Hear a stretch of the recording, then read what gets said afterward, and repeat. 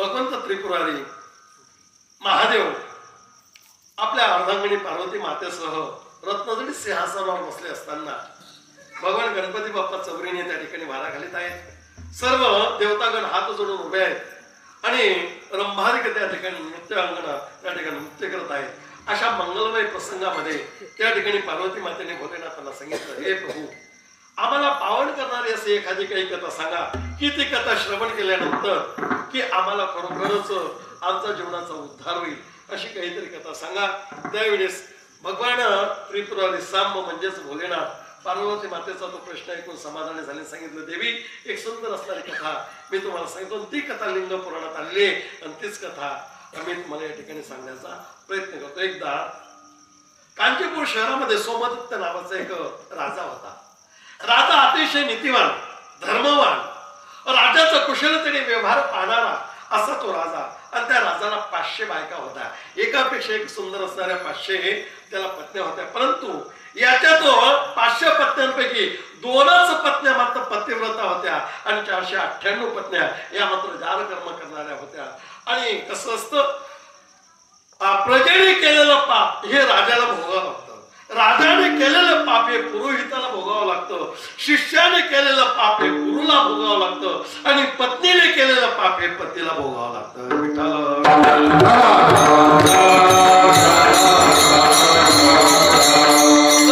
498 पत्नींनी केलेलं पाप हे त्या आता सोमदत्त राजाला भोगावं लागलं. महाराज 2च पतिव्रत्या होत्या आणि त्याला पुढची गती मिळाली, ती म्हणजे हरणाची. हो, हरणाच्या जन्मामध्ये तो गेलेला आहे आणि ज्या 2 पतिव्रत्या पत्न्या होत्या त्या 2 हरणी झालेल्या आहेत. आणि इकडे भूतसेवन नावाचा एक सेवक होता. तो इंद्राच्या सेवेमध्ये चाकरी करायचा. एके दिवशी सेवेमध्ये थोडा अंतर पडला. इंद्र राजा क्रोधित झाला आणि त्याने त्या भूतसेन नावाच्या चाकरीवर शाप दिला, जा तू भिल्ल जातीमध्ये जन्माला येशील. आणि तो भूतसेन नावाचा चाकर भिल्ल जातीमध्ये जन्माला आला आणि त्याचं नाव होतं चंड भील. हो, तो चंड भील नावाने तो प्रसिद्धीस आलेला आहे. आणि तो चंड भील त्या ठिकाणी आपापला उदरनिर्वाहासाठी शिकारी वगैरे करायच्या आणि तो त्या शिकारी करण्यासाठी गेलेला आहे. एखादी जी शिकार मिळायची ती शिकार करून आपलं पोट तो भरत होता, आपल्या मुलांचं संगोपन वगैरे तो करत होता, आपल्या परिवाराला तो संगोपन सांभाळत होता.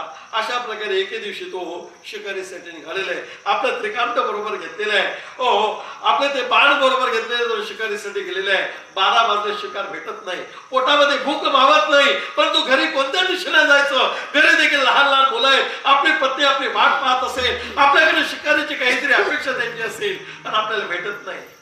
संध्याकाळचे 4 वाजले. मला निराश झालेला आहे. आज कोणाचं तोंड पाहिलं कोणाच ठाऊक. जसं आपलं एखादा दिवस जर चांगला गेला नाही ना, मनुष्य म्हणतो आज कोणाचं तोंड पाहिलं गेलं, त्याच्यामुळे आज चांगला दिवस जात नाही, तसं तो म्हणायला लागला. आज एकही काही कुठलीही शिकार आपल्याला भेटत नाही, काय करावं? मुलं आकांक्षेने वाट पाहत असेल, आपल्या अर्धांगिनी आपली पत्नी वाट पाहत असेल आणि त्याच जंगलामध्ये तो हरण आणि त्याच्या त्या 2 पत्न्या राहत होत्या.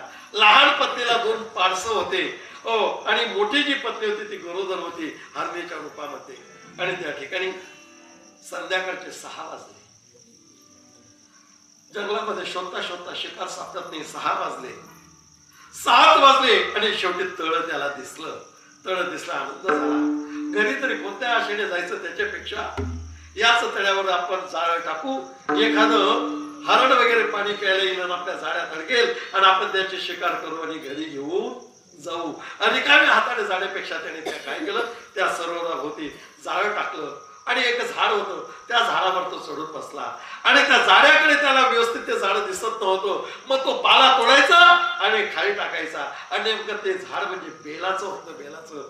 आणि पानं तोडून तो टाकायचा आणि ज्या ठिकाणी तो पाला पडत होता त्या ठिकाणी पूर्वीपासून एक शिवलिंग भूमिगत झालेलं होतं. वरून मातीचा थर त्या पिंडावर आलेला होता आणि त्या ठिकाणी जवळजवळ 6 ते 9 पहिला प्रहर असतो, 9 ते 12 दुसरा प्रहर असतो, तिसरा प्रहर 12 ते 3 हा तिसरा प्रहर आणि 3 ते 6 चौथा प्रहर. होतं काय? पहिला प्रहर सज्जन जागे, दुसरा प्रहर योगी, दुसरा प्रहर भोगी, तिसरा प्रहर तस्कर जाणे, चौथा प्रहर योगी. आणि अशा प्रकारे चौथा प्रहर सुरू झाला. महाराज 3 वाजेपर्यंत तो पाला खाली टाकत होता. लक्षवरी पानं त्या ठिकाणी खाली टाकण्यात आले. महादेव प्रसन्न झाले. कोणीतरी आर्ततेने माझी भक्ती करतोय, फक्त त्याला माझं नाव माहित नाही, तो फक्त बेलाचं पान माझ्या अंगावर अभिषेक करतोय आणि त्या ठिकाणी यमाला सांगितलं, जा यमा आणि माझ्या भक्ताला सुखी कर. यम त्या ठिकाणी 11 विक्रम स्वरूपाचा यम पाहिला आणि तो भिल्ल घाबरला आणि त्याने विचारलं, कोण आहात तुम्ही?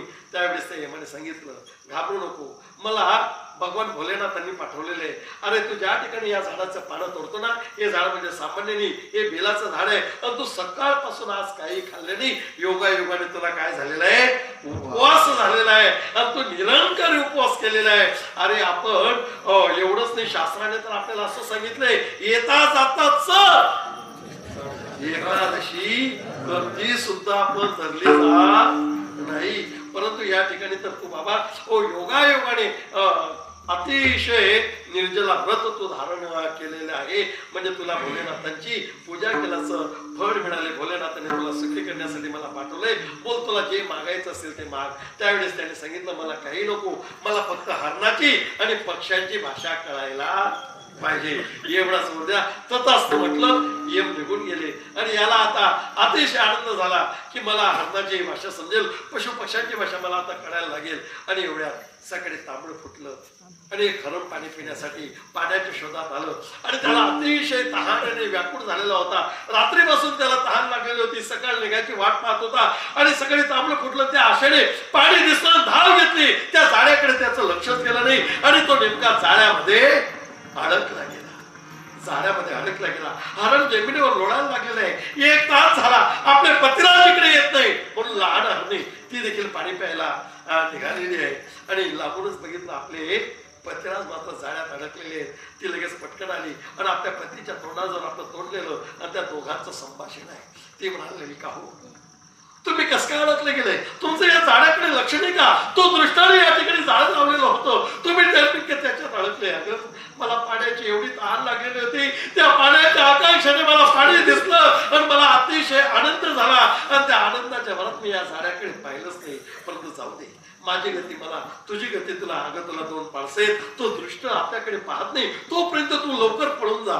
ती म्हणायला लागली, नाही नाही, अरे पती जर संकटात असेल तर स्त्रीने निघून जावं, हे कुठलं धर्मशास्त्र आहे? अरे आपल्या पती जर संकटात असले तर पतीने त्या ठिकाणी खंबीरपणाने लढा द्यावं, त्या ठिकाणी धीर आपल्या पतीला द्यावा, असं धर्मशास्त्र आहे. आणि धर्मशास्त्राच्या त्या गोष्टी या पारध्याला कळायला लागल्या. आणि पारधी झाडावरतून तो भिल्ल उतरला त्या झाडावरून आणि आडोशाने त्या गप्पा ऐकायला लागला. त्यांच्या गप्पा दोघांच्या ऐकायला लागला. इकडे म्हणायला लागले, लहान हरण गेली ती तिकडेच गेली. ती मोठी म्हणायला लागली, आपल्याला जायला पाहिजे, हिला दिवस गेले होते. ती देखील त्या ठिकाणी आली आणि तिने देखील आपल्या पतीला अडकलेले बघितले. आपल्या पतीच्या मानेवर आपली मान ठेवली आणि ते देखील रडायला लागली आणि म्हणायला लागले, स्वामी आता आम्ही जगू तरी कसं? त्याच्यापेक्षा आम्ही तुम्हाला सती येतो. आणि तिने सांगितलं, बघ तुझे मुलं लवकर वाट पाहतायत, तू जा आणि तुझ्या मुलांचं संगोपन कर. हो ते ना दूध प्राशन करायचंय, ते तुझी वाट पाहतायत, चालू कर. ती म्हणायला लागली, दीदी तू माझ्यापेक्षा मोठी आहेस आणि तू त्यातल्या त्यात गर्भवती आहेस. गर्भवती तू जरी सती गेली ना तर तुला बाल हत्येचं पातक लागेल. बघा, हरणी होत्या परंतु त्यांना पूर्वजन्माचं ज्ञान होतं, आपण कोण होतो, काय होतो, आणि त्या धर्मशास्त्राच्या गोष्टी बोलायला लागल्या. हे मात्र ते भिल्ल ऐकून तो चकित झाला. अरे बापरे, यांना किती ज्ञान आहे. आणि ते म्हणायला लागले, नको नको, तू बाल हत्येचा पातक तुला लागेल, तू जा, तुझ्या बाळाला जन्माला घाल आणि माझ्या बाळाचं संगोपन कर. मी माझ्या पतीबरोबर सती जाते. अगं नाही नाही, मोठीचं कर्तव्य आहे, तू घरी जा आणि पहिले बाळाला दूध पास आणि मग. ती म्हणले, ठीक आहे मी जाते, परंतु मी तोपर्यंत तुम्ही दोघं इथून हलू नका. आणि धावत धावत आली, मुलांना अंकावर घेतलेले, दुग्ध प्राशन केलं. सांगितलं, बाळांनो एकमेकांवर प्रेम ठेवा, कधी एकमेकांना सोडून तुम्ही वागू नका, कारण आता आम्ही तुम्हाला दिसणारी शेवटली आपली भेट आहे. आमचे पती म्हणजे तुमचे वडील धर्म संकटात त्या ठिकाणी सापडलेले. कोणी एका बिल्लाने व्याधाने त्या ठिकाणी जाळं लावलेलं आहे आणि त्या जाळ्यात अडकलेले. पती जर नसतील तर आमचं जिवंत राहून काय उपयोग आहे? म्हणून आम्ही आता त्यांच्या बरोबर जातो. तुम्ही एकमेकांचं लक्ष एकमेकांबरोबर राहू द्या आणि दोघं प्रेमाने या ठिकाणी या जंगलामध्ये विवरण करा, असं म्हणायला लागले. आणि एवढ्यात ते दोघं पाळसं म्हणायला लागले, आई जर तुम्ही जर माझ्या जीवनात नसाल तर आम्हाला कोण संगोपन करणार आहे? हिंस्र पशुपासून कोण आम्हाला वाचवणार आहे? त्याच्यापेक्षा आम्ही तुमच्या बरोबर येतो. तिघच्या तिघ त्या ठिकाणी आले आणि 5 हरणी त्या ठिकाणी गप्पा मारायला लागल्या. आणि गप्पा मारत असताना त्या ठिकाणी म्हणायला लागला, बस आता जी गती मिळेल तोपर्यंत तो त्या ठिकाणी भिल्ल होऊन आला आणि म्हणायला लागला, बस तुमची सुटका नाही. त्यावेळेस त्या पाया पडल्या, म्हणायला लागला, आम्हाला पहिले पाणी पिऊ दे आणि मग तू आम्हाला बिनधास्त जाण्यातून मुक्त कर. तो म्हणाल मी जाण्यातून जर मोकळं केलं तर तुम्ही सर्व पळून जाल. म्हणे आम्हाला भोलेनाथाची शपथ आहे, आम्ही एक पाऊल पुढे टाकणार नाही. फक्त अरे ज्याला फाशी दिली जाते त्याला देखील शेवटची इच्छा विचारली जाते, तसं तो आम्हाला फक्त पाणी पिऊ दे आणि बिनधास्त आम्हाला मार. त्याला दया आली. जा म्हणे तुम्हाला मी जीवदान देतो. पाणी पिऊन ते आले, सांगितलं मार आता आम्हाला. त्यावेळेस सांगितलं ते दोघं हरण पाडसं त्या लहान पिल्लींच्या पुढे आले आणि त्या भिल्लाच्या पायावर नतमस्तक झाले. म्हणायला लागले आमच्या आई बाबांना मारू नका, आमचं कोवळं मांस आहे. हो, जसं चिल्या बाळाने आपल्या आई वडिलांच्या रक्षण केलं आणि स्वतः प्राण दिले, तसं आम्ही या ठिकाणी प्राण देतो. आमचं कोवळं मांस गोड लागेल, हे तुम्ही सेवन करा, आमच्या आई वडिलांना जीवदान द्या. त्यावेळेस ते लहान लहान पाडसं मारायला तयार झाले. येईन बघितलं तो गैरला आणि तो सर्व हरणांना मारायला लागला. जा, मी सर्वांना तुम्हाला जीवदान देतो, तुमची मला हत्या करायची नाही. त्यावेळेस ते म्हटले आम्हाला महादेवाची शपथ लागलेली आहे, आमचा वध कर. परंतु आम्हाला वध करून तू एवढ्यांना कसं काय घेऊन जाशील? मग तू पुढे चल, तुमच्या मागं मागं आम्ही येतो. आणि ते भिल्ल पुढे त्याच्या पाठीमागं हा म्हणायला लागला अगं तुम्ही येऊ नका, तुम्ही तुमचं जंगलामध्ये विहार करा, मी तुम्हाला जीवदान दिले. परंतु ते म्हणायला लागले नाही नाही, वचन आम्ही दिलेले तुला, आमचा तू संहार कर. म्हणून ते भिल्लाच्या घरी त्या ठिकाणी आले आणि भिल्लाच्या घरी आल्याबरोबर भगवंताने त्या ठिकाणी कैलासातून एक विमान पाठवून दिलं आणि या पाचही हरणांचं दिव्य देहामध्ये रूपांतर झालं आणि पाचही हरणांना विमानामध्ये बसवलं आणि त्या भिल्लाला सांगितलं बाबा अरे तुझं निरंकार उपवास तुला घडला, भोलेनाथांची पूजा केली, एक पस्सा पाणी आणि एक बिल्वदळ, नुसतं मुठभर पाणी टाकलं महादेवावर आणि एक बेलाचं पान व्हायलं तरी एवढ्या भोळ्या भक्तीने प्रसन्न होणारा तो देव आहे आणि त्याची जरी आपण जर सेवा केली तर काय होऊ शकत नाही. म्हणून बाबा तुझं पूर्वजन्माचं जेवढं काही पाप होतं ते नष्ट झालं, परंतु तुझं तेवढं पुण्य नाही की तुला आम्ही विमानात बसून घेऊन जाऊ. परंतु पुढच्या शिवरात्रीपर्यंत तू फक्त चांगल्या रीतीने व्यवहार कर, हे हिंसा कसं बंद कर आणि भोलेनाथाचं चिंतन कर. आणि त्याने भोलेनाथाच्या चिंतनाला त्या दिवसापासून प्रारंभ केला. ओम नमः शिवाय, ओम नमः शिवाय,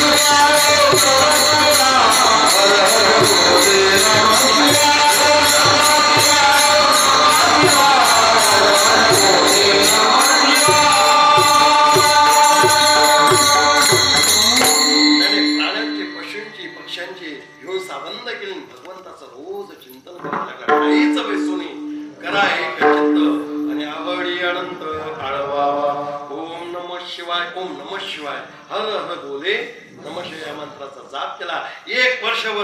शिवरात्र आली आणि सुंदर असं विमान आलं आणि त्या विमानापासून तोही निघून गेला. त्याचं वर्णन करतात ओ कैलासासी मेला आणि भिल्ल पानेडी बैसला. तो भिल्लाचा उद्धार झाला महाराज, तो देखील कैलासामध्ये त्याचं वास्तव्य घडलं. निव्वळ अशा सोप्या भक्तीने देखील भगवंताला आपलासा करता येतो. त्याच्याकडनं वर्णन कारण सर्वात भोळं दैवत जर कुठलं असेल तर ते म्हणजे महादेवाचं आहे. म्हणून महादेवाची ही पर्वणी महाराज, या पर्वणीला आपण जेवढं नामचिंतन करता येईल तेवढं नाम नामस्मरण करण्याचा प्रयत्न करावा आणि भगवंताकडे प्रेमच आपण मागावं. प्रेमाने जग जिंकत आहे. मिठू मिठू बोलताना काय बिगडे काय बिगडे तू जान ले पहचान ले इस संसार में तेरा कोई नहीं कब प्राण निकल जाए मालूम नहीं. मिठू मिठू बोलताना काय बिगडे काही बिगडत नाही बाबा. पूर्वी एक गीत होतं कुठलं, ज्योत से ज्योत जगाते चलो प्रेम की गंगा चलो. आपण प्रेम द्या महाराज, प्रेम मिळालं त्या संतांचं नेहमी चिंतन करा. भगवंत तुम्हाला सर्वांना आनंदाची देव. येणारे सर्वच दिवस तुमच्यासाठी आनंदाचे भरभराटीचे घेऊन येऊ. भगवंत तुम्हाला सर्वांना आरोग्य प्राप्त करो.